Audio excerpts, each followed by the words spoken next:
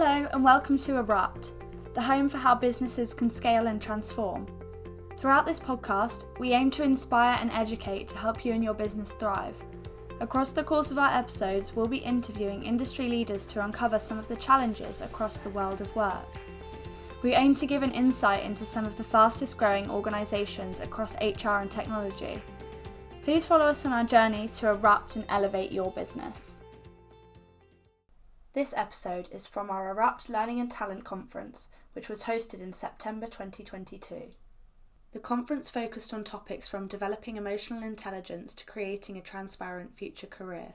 This particular conversation was around DEI, a journey from ticking boxes to accessibility. Hear from our panellists Annika Allen, who is Head of Diversity, Equity and Inclusion at All3Media, Manjuri Sinha, who is Global Director of Talent Acquisition, Employer Branding and Onboarding at Prosus Group, and Sola Osinoiki, who is Global VP and Office of CIO at Prosus Group. Our panel discussed building an accessible, psychologically safe and inclusive environment. I hope you enjoy, and make sure you check out the Go ERUPT website for further content and for all videos on demand.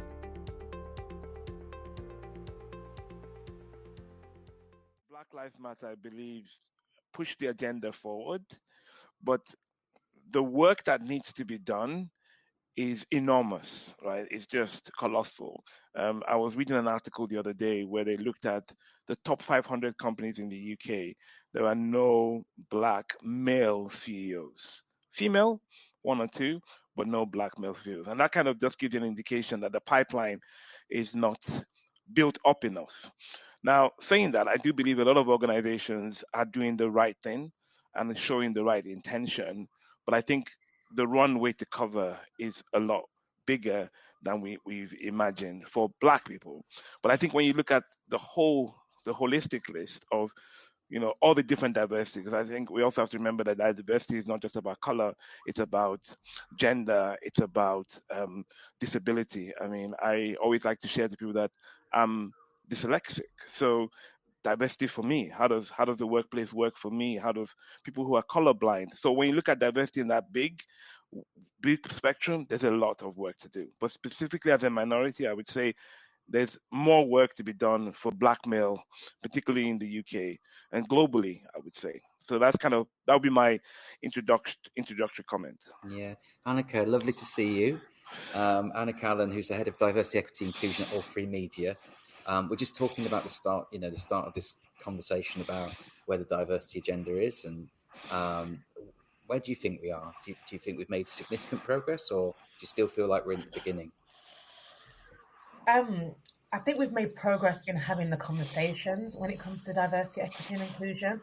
A few years ago, some of the topics that we're discussing now, we wouldn't have even dreamt of talking about in the workplace. So I think that has moved forward. What now needs to happen is that conversation, those intentions need to move towards action.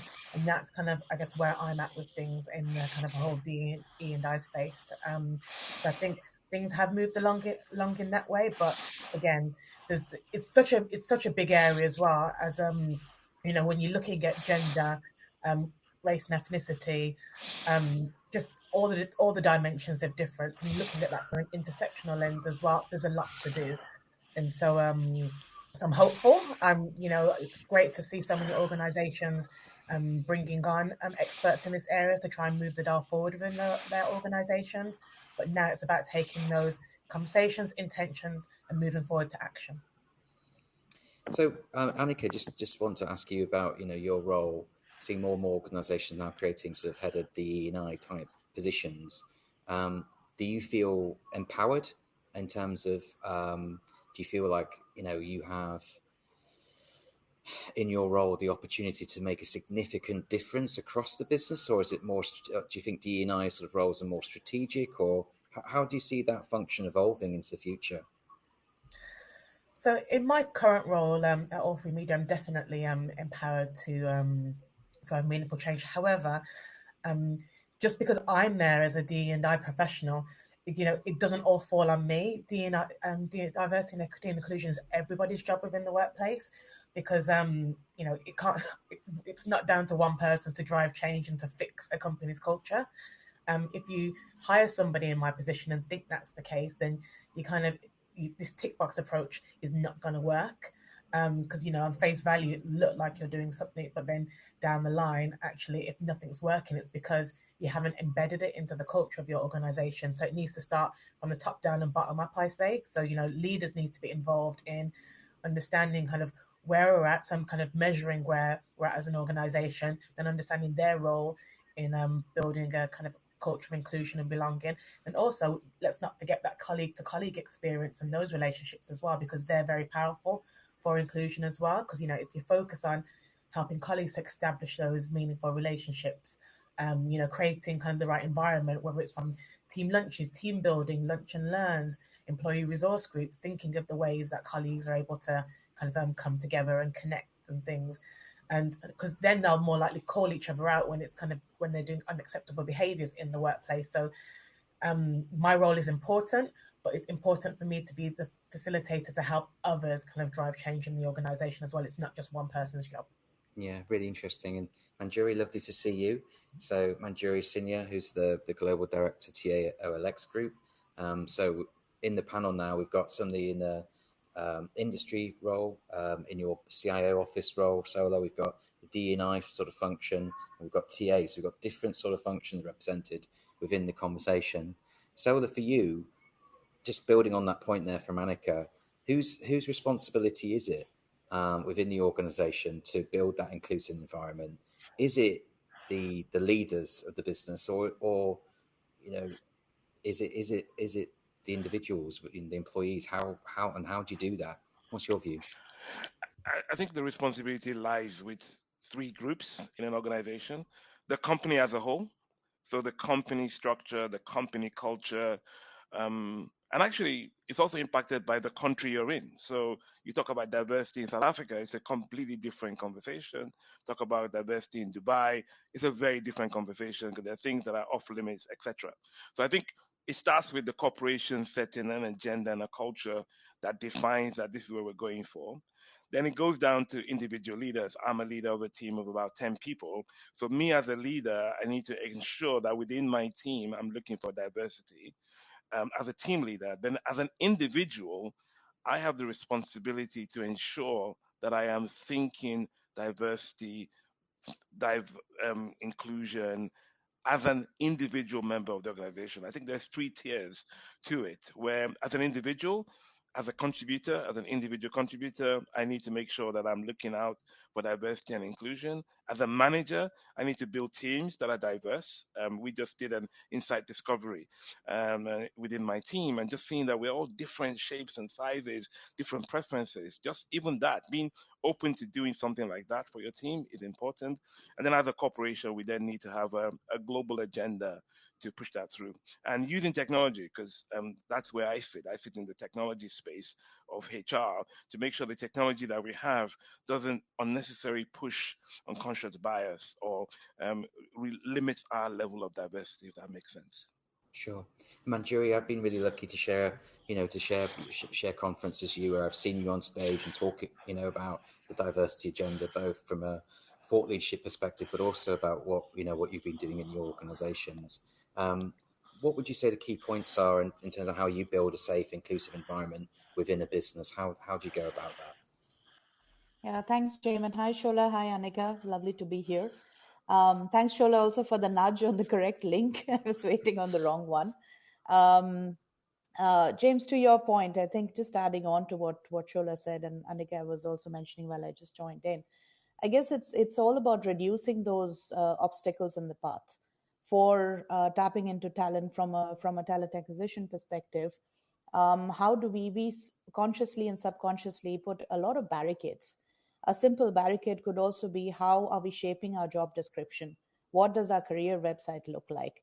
Do we enable folks from different countries, backgrounds, etc., to apply? And even things like the wordings, the job description wording, are they aggressive? Are they masculine?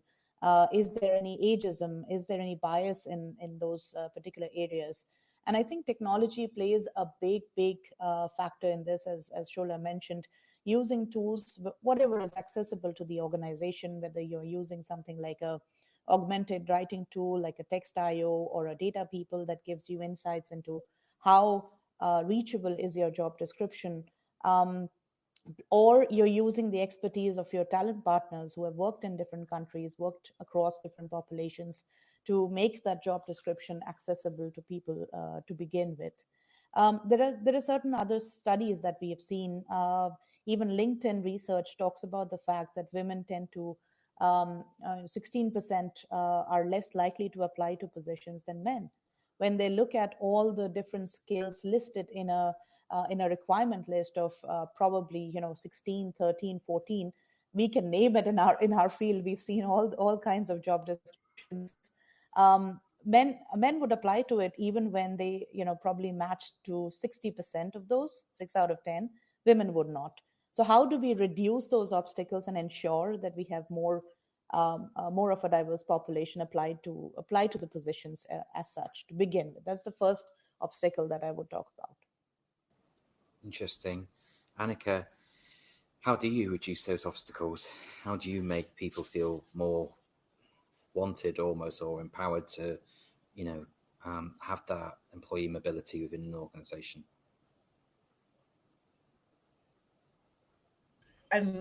Once you get into the organization, or you're talking about applying for the role? Both, really. How do we, I think both are equally important. How do you make people want to join a company, but also once they're in a company, feel like they can talk about where they want to go within that business?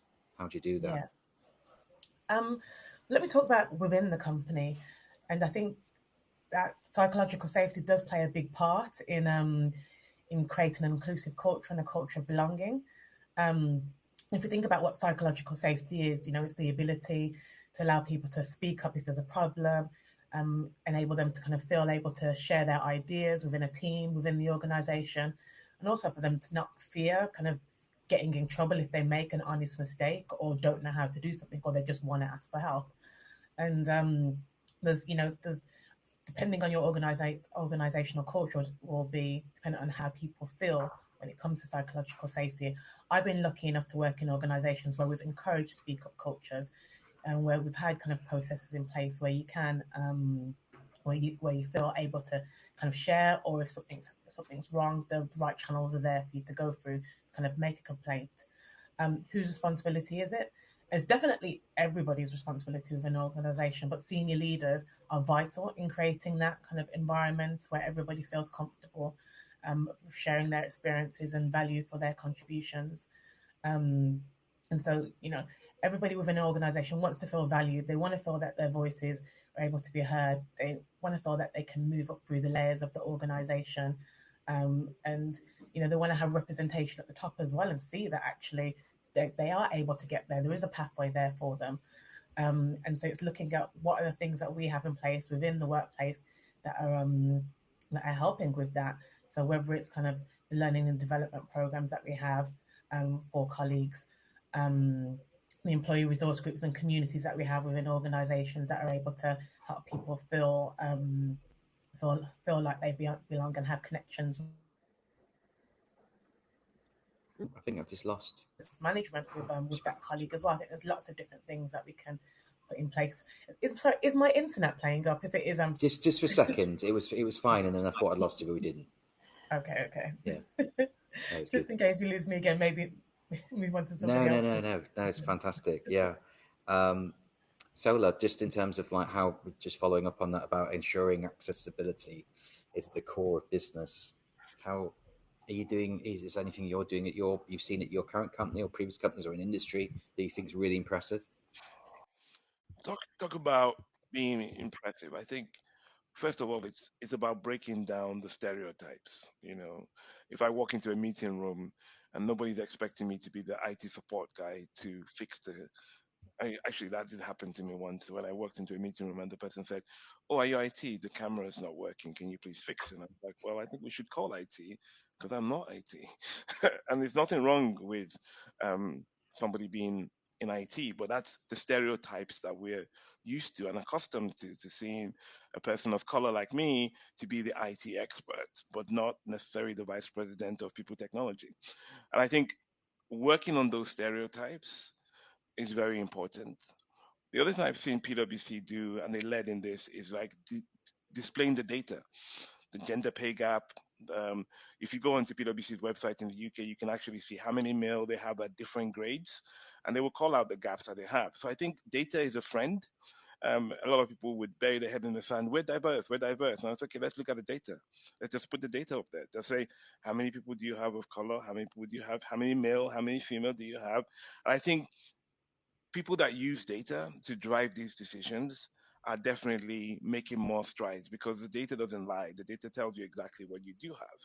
Now, knowing that there's some data you can capture, but actually when you look around, the data speaks for itself. So I think the good practices I've seen over time have been where people use data to drive behavior. And almost like come to a boardroom and say, hey guys, look at the data that we have in front of us. This is the data we have. What are we going to do about this? How are we going to positively change this and set some clear strategies? And I know it's not easy for you to just say, I think I heard my CEO recently say, we're not going to try and hire for diversity, we're going to hire for competence. And in hiring for competence, we want to open up the pool to be more diverse. So it shouldn't change the way you hire. You're still hiring for competence, but you're looking at a pool that is much more diverse. So I think those are the things I would say that have stood out to me. People using data, having a high intention, and then actually following through with that, because sometimes it's easy to talk. Talk is cheap.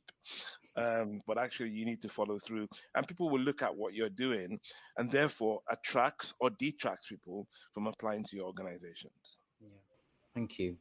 I think just following on from that, Manjuri, I was really lucky to come to Berlin recently, and there was a Women in Technology event I was allowed to attend, and what Sola said there about data, but also about just having that almost storytelling piece about listening to people who've been through certain experiences helps maybe to break down certain stereotypes. I mean, I was genuinely quite shocked about what I heard, about people in that room talking about how they'd been told by managers that they weren't eligible for pay raises or promotions because they were female. Honestly, I couldn't believe it. So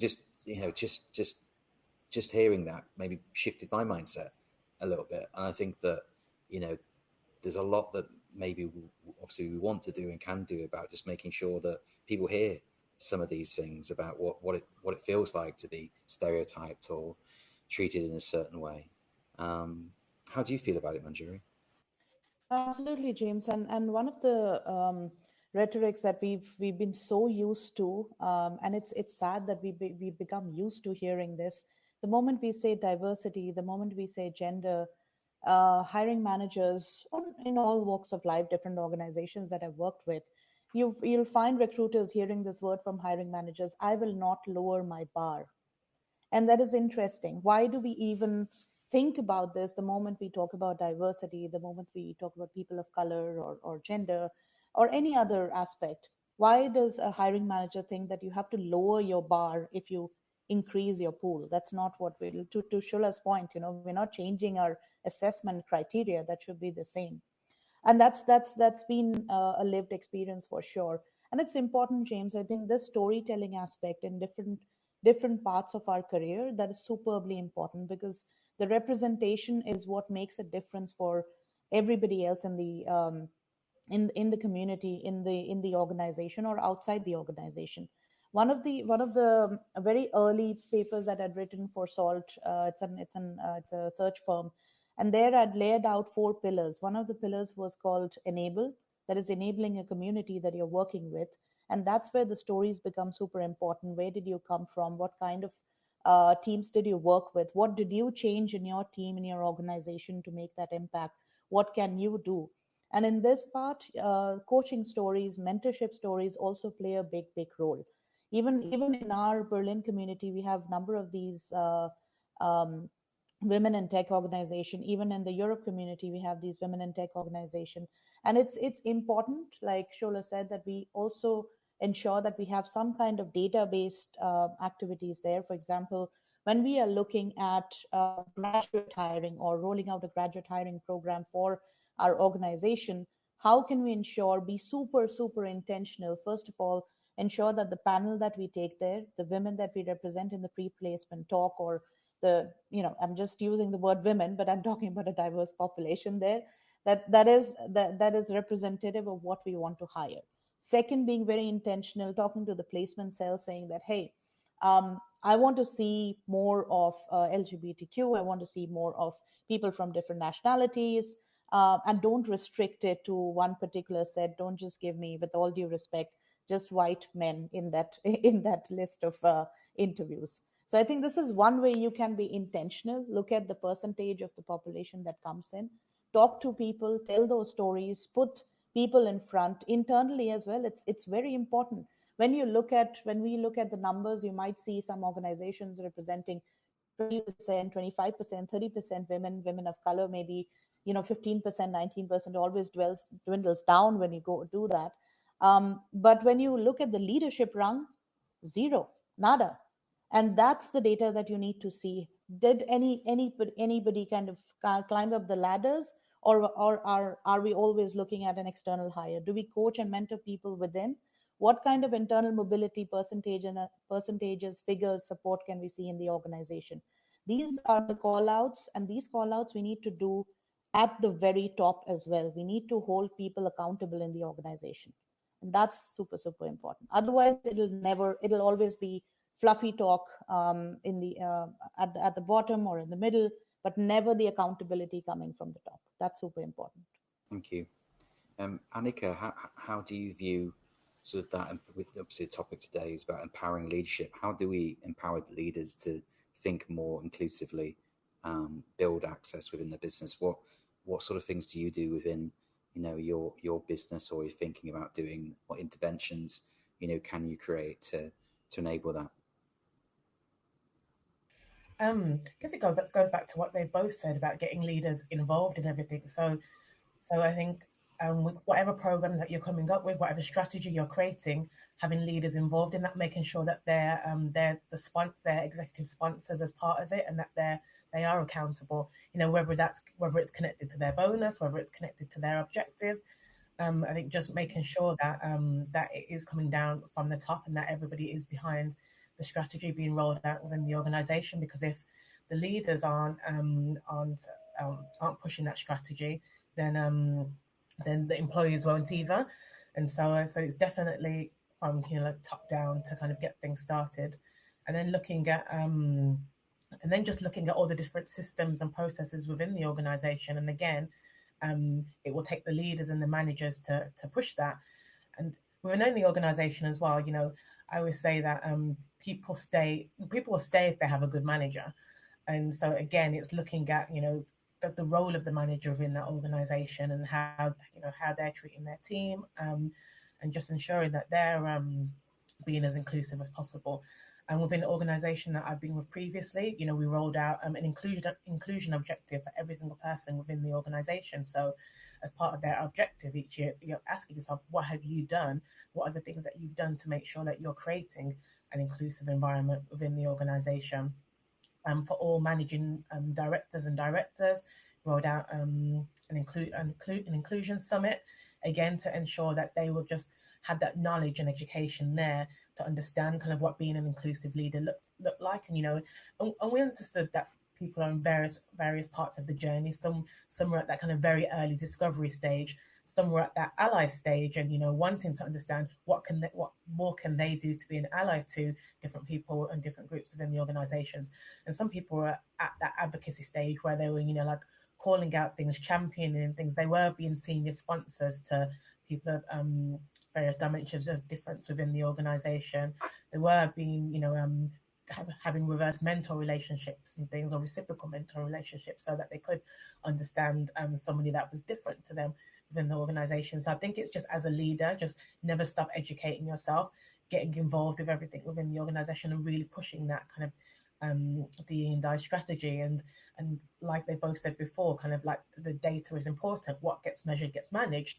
And I think often, and particularly in organizations I've been in before over the last couple of years, there's a bit of an illusion of inclusion, because I think people think that we're a lot further along than we are, because the topic's been talked about a lot more, particularly from a race and ethnicity point of view, but then the data will tell you that it's not.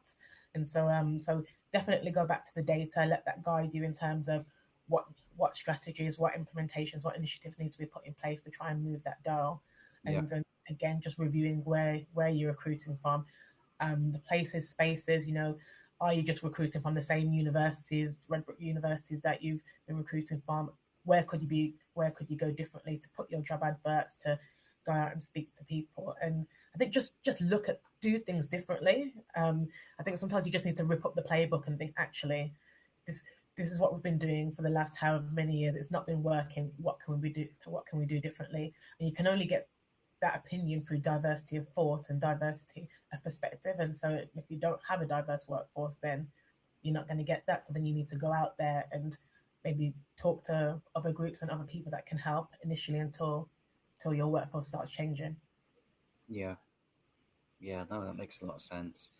I think, this data piece is really interesting, isn't it? About, empowering leaders to see what's happening within their business they might not otherwise realize.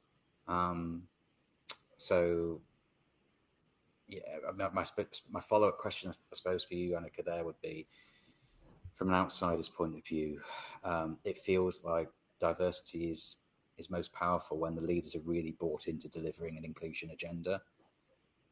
Obviously, we talked there about data maybe showing to some people in leadership about how it's affecting their business, and how it could improve their business by being more inclusive and diverse. But have you got any other tips about how you think we can switch leaders on to sort of seeing how inclusion and diversity will really benefit the company?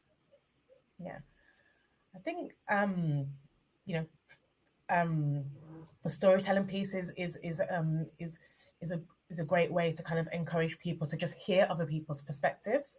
So definitely kind of like the power of storytelling, I find it's important. So speaking to other colleagues, or kind of, working with the communications team within your organization and telling those stories from colleagues of various dimensions of difference. I created a series in past an organization, what I called Courageous Conversations. And it was a platform for us to have those brave conversations and ask those questions that people wouldn't normally feel comfortable asking. So created a platform where have leaders talking about, whether it was race and ethnicity, whether it was allyship, just various different topics.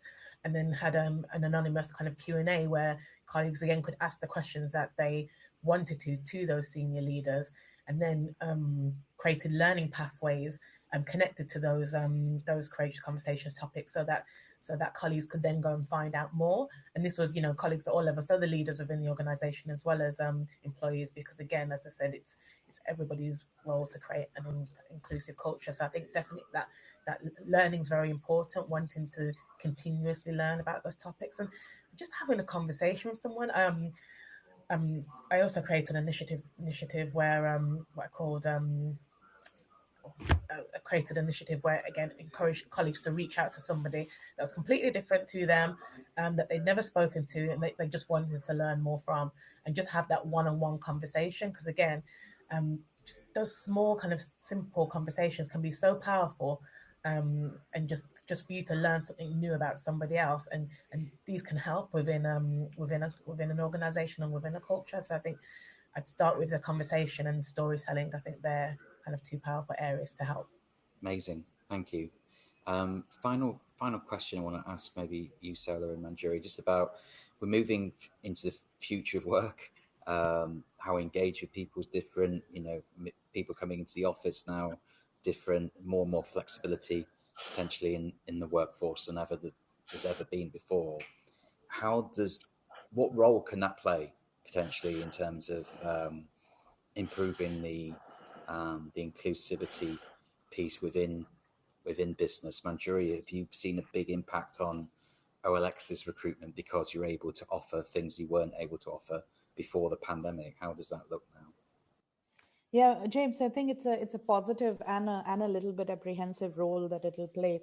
Positive for sure, because you can tap into talent. We've seen increase in the gender diversity aspect and certain areas. It has become easier for women, especially, to manage work as well as home. If there's a lot of flexibility coming in. The apprehension that I have is the ability of people managers to coach and guide their teams in different aspects, to really reach out. Can we have those conversations over Zoom? Can we build those relationships over Zoom? So I think that's a learned journey that we'll have to go on as organizations, learn from companies like Accenture. I've worked with Accenture in a very remote format earlier, but never lacked the connection with the organization. So I think those are some things that we can learn and enable our people managers more, communicate more, be more visible, connect those ties, whether it be basis on coaching setups and guiding setups, especially for the entire population that has onboarded during the pandemic, because they are really, there was hardly any connection during that time. So how do they feel the culture of the organization and come close to the organization? So the answer is somewhere in the middle, but that enablement has to happen to make it worth the while for them. Shola, on to you. And actually, before I comment on that, I want to also say thank you for putting this conversation together, because this is all part of the storytelling. It's all part of the bringing visibility to this topic. And I think I agree with you, Manjuri, very much that the answer is somewhere in the middle, right? Remote is great if you're totally a remote kind of person, but if you're a person that needs interaction, then how does that work for you as an individual? And again, we're talking about diversity and inclusion, because a lot of people love the remote, but a lot of people need the personal interaction.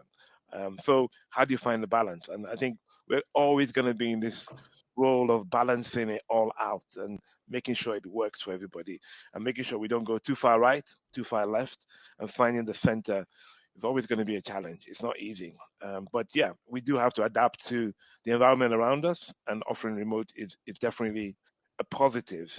And maybe just to kind of my final thought on this, because I was thinking back on it, before pandemic, I was remote anyway. I had teams in Poland, I had teams in Germany, I had teams in South Africa, I had a team in Amsterdam. So we were always in some kind of remote setting. The way I balanced it is that sometimes I moved around those sites. So I think remote is here to stay, or hybrid, as people would prefer to say. But we have to be intentional about how we empower managers to manage the people within that community. Yeah. Can I also just add that I think in terms of flexibility to attract and retain kind of like a modern workforce today, then flexibility is going to be critical. And the role of the manager in that is for the manager to be having these conversations with their colleagues and the employees that they are managing. And also, it's also for the leaders to be seen as kind of role modeling actions around flexibility as well.